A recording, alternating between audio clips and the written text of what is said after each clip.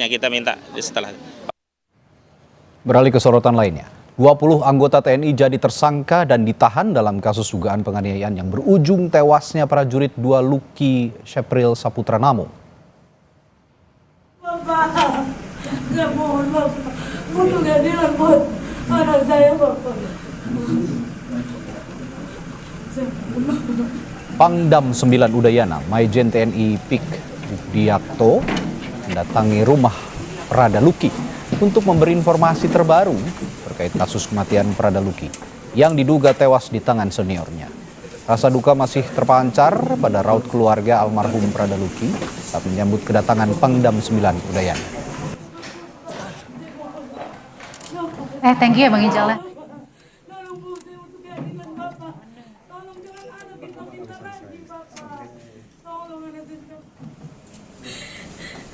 Dalam kunjungannya, Pangdam 9 Udayana Maijen TNI Pik Bugdiakto menyebut sudah ada 20 orang yang ditetapkan sebagai tersangka atas penganiayaan terhadap Prada Luki.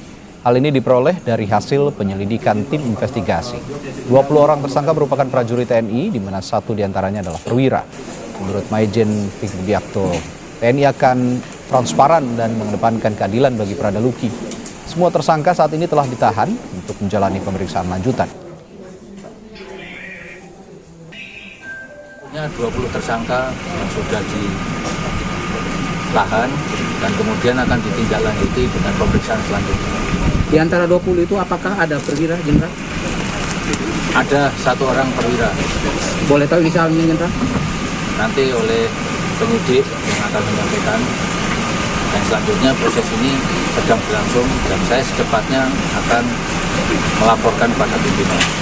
Ada motif apa ya? Ada motif apa, Jenderal? Apa penyebabnya? Ini sedang diselidiki oleh yang berwajib dalam ini Pangdam.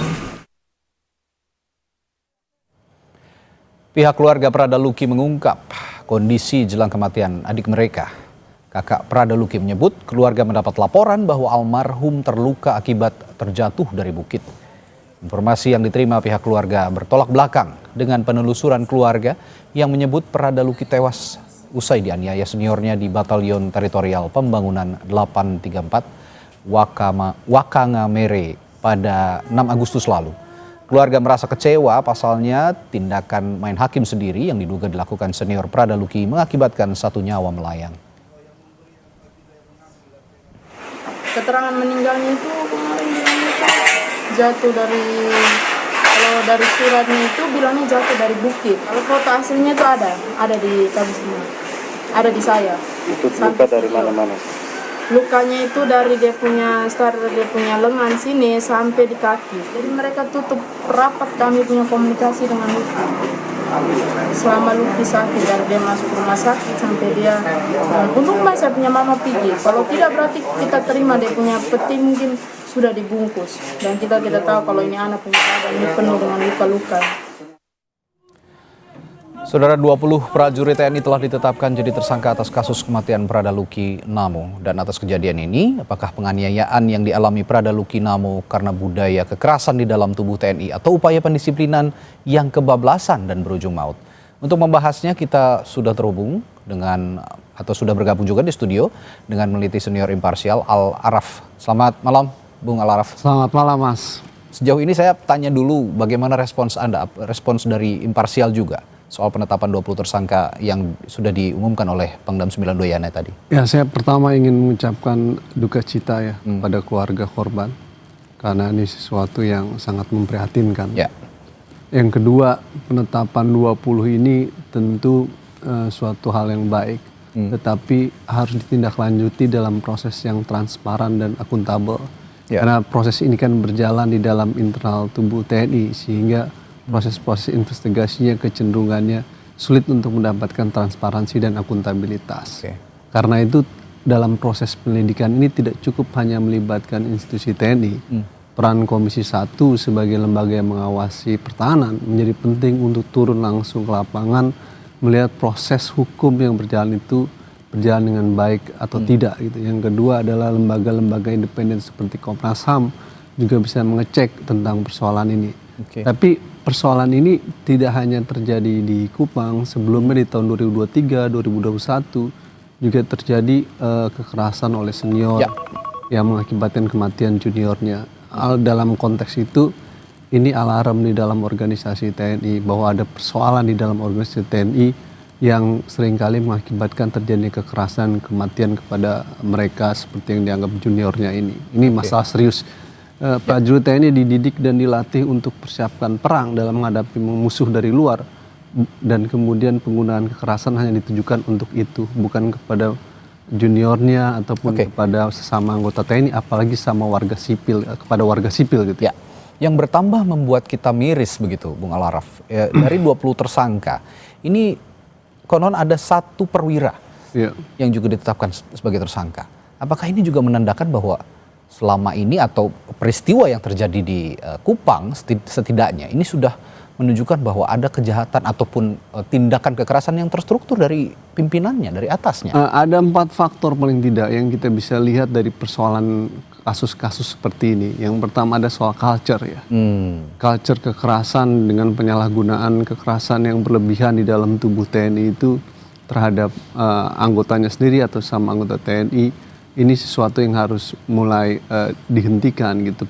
Penggunaan prinsip-prinsip HAM dalam sistem pendidikan harus terjadi. Penghukuman sepantasnya tidak berbentuk kekerasan fisik seperti ini yang kemudian mengakibatkan kematian ataupun tindakan-tindakan perpeloncoan tidak dimungkinkan terjadi. Jadi soal culture-nya harus diperbaiki dengan perbaikan sistem pendidikan, psikotest dan lain sebagainya. Yang kedua adalah sistem kepemimpinan. Jadi pemimpin sendiri menjadi pengaruh. Konsekuensinya harus ada evaluasi terhadap pemimpin-pemimpin di sana yang gagal mengantisipasi tindakan-tindakan seperti ini.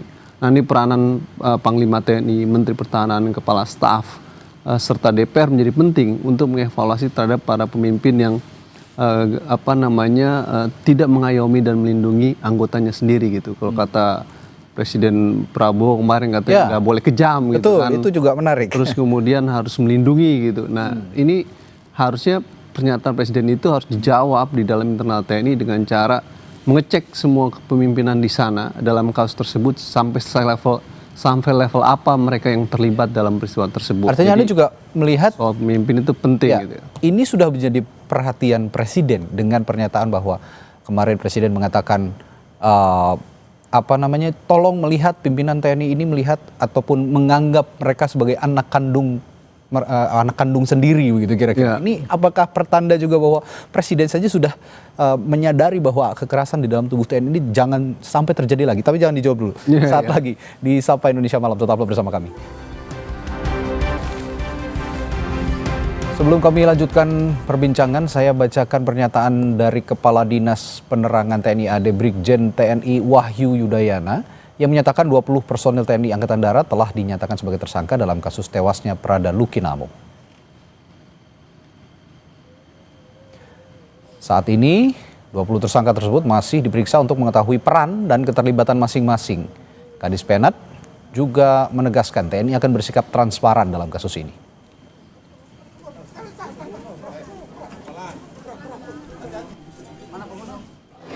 Yang awal itu sudah ada 4 tersangka yang sudah ditahan dan dilaksanakan pemeriksaan sebagai tersangka untuk yang bersangkutan. Lalu ada sisa 16 personil yang diperiksa lanjutan dan pada hari ini 16 personil itu juga sudah ditetapkan sebagai tersangka. Sehingga sekarang 16 personil ini bergabung dengan 4 personil yang sudah lebih dulu dinyatakan sebagai tersangka untuk dilanjutkan pemeriksaan kepada yang bersangkutan sebagai tersangka, termasuk yang ditanyakan tadi apa keterlibatannya.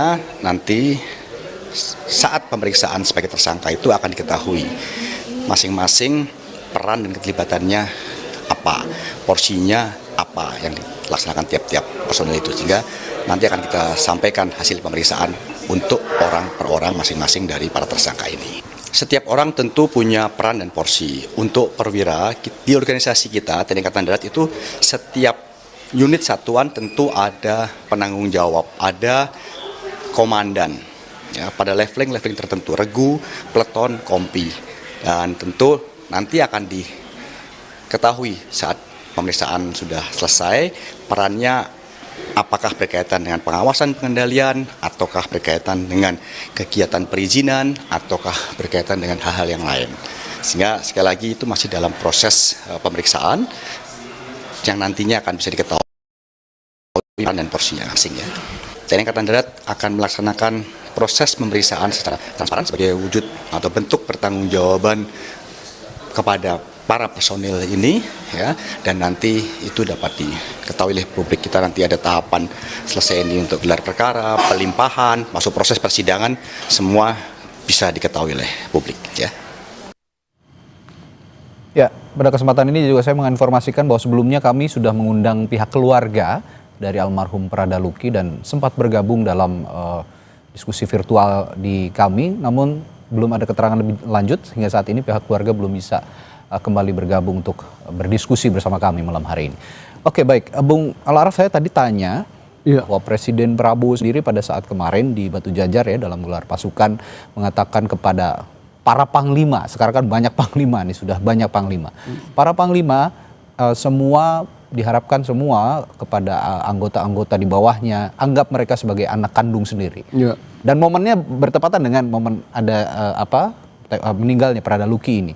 Ini berarti seorang Presiden Prabowo saja yang notabene latar belakangnya ada militer begitu, sudah benar-benar menyadari bahwa kekerasan di institusi TNI ini harus dihentikan begitu. Apakah Anda melihat hal yang serupa? Ya, saya rasa seperti itu, dan pesan itu juga yang memberikan pesan kalau panglima ataupun komandan batalion ataupun komandan peloton kompi yang gagal melakukan itu dicopot aja kira-kira begitu, karena dia tidak melindungi anggotanya dan mengayomi anggotanya, justru melakukan kekerasan terhadap anggotanya. Culture seperti itu udah harus ditinggal dalam sistem demokrasi saat ini dalam pembangunan tentara yang profesional itu. Nah, yang kedua, tapi tidak cukup hanya itu, kita harus mendorong dan mendukung perjuangan keadilan bagi keluarga korban, karena penetapan tersangka itu masih tahap awal gitu. Perjuangan menuju keadilan dalam sistem peradilan militer ini sesuatu yang rumit dan kompleks, Mas.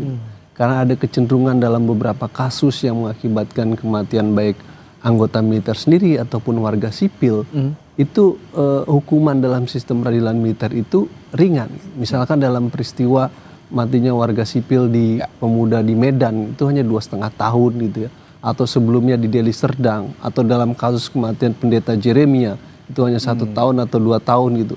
Artinya ada kecenderungan sistem peradilan militer itu dalam menghukum para pelaku kejahatan itu ringan, sehingga perjuangan keluarga korban di Kupang itu masih panjang, dan karena itu kita membutuhkan dukungan.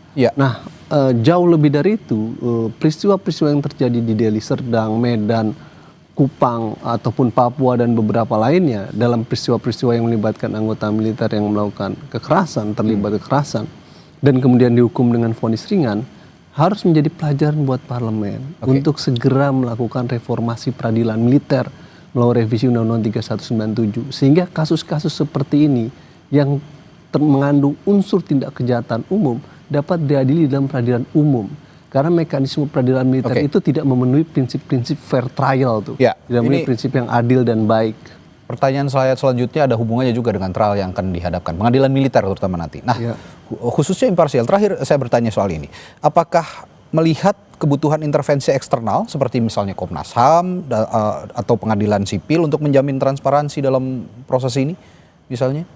Ya, Komnas HAM, LPSK, lalu kemudian DPR menjadi penting untuk memastikan transparansi dan akuntabilitas. Tapi itu kan sifatnya sangat reaksioner dalam kasuistik. Yang kita harapkan dalam sistem negara hukum, agenda-agenda untuk melakukan reformasi peradilan militer itu harus segera dilakukan. Karena Undang-Undang TNI pasal 65 menyebutkan agenda itu harus segera dilakukan. Ini yang menjadi lebih penting itu. Jadi apa yang disampaikan Pak Prabowo itu baik terkait dengan pimpinan tidak kejam, tapi harusnya Pak Prabowo melanjutkan itu dengan mendorong agenda reformasi peradilan militer. Jawabannya mungkinkah itu terjadi di pemerintahan ini? Tentu kalau jadi pesan PR. Presiden clear begitu ya, tapi bagaimana Anda tadi memberikan pertanyaan apakah itu bisa terjadi di negara kita? Ya, dengan mengacu ke kejadian ini harusnya bisa, karena bagaimanapun tidak hanya peristiwa yang kemarin terjadi bahwa ada seorang prajurit yang meninggal oleh seniornya begitu ya, diduga dianiaya, tapi juga ke depannya bisa menghadirkan keadilan bagi para jurid ini, terutama dalam soal pembinaan di institusi TNI. Baik, terima kasih Bung Al-Araf. Terima kasih. Telah berbagi pandangannya di Sapa Indonesia Malam. Kita jumpa lain waktu. Terima kasih. Saudara, kita jeda sejenak untuk menyimak kumandang azan maghrib untuk wilayah Jakarta dan sekitarnya berikut ini.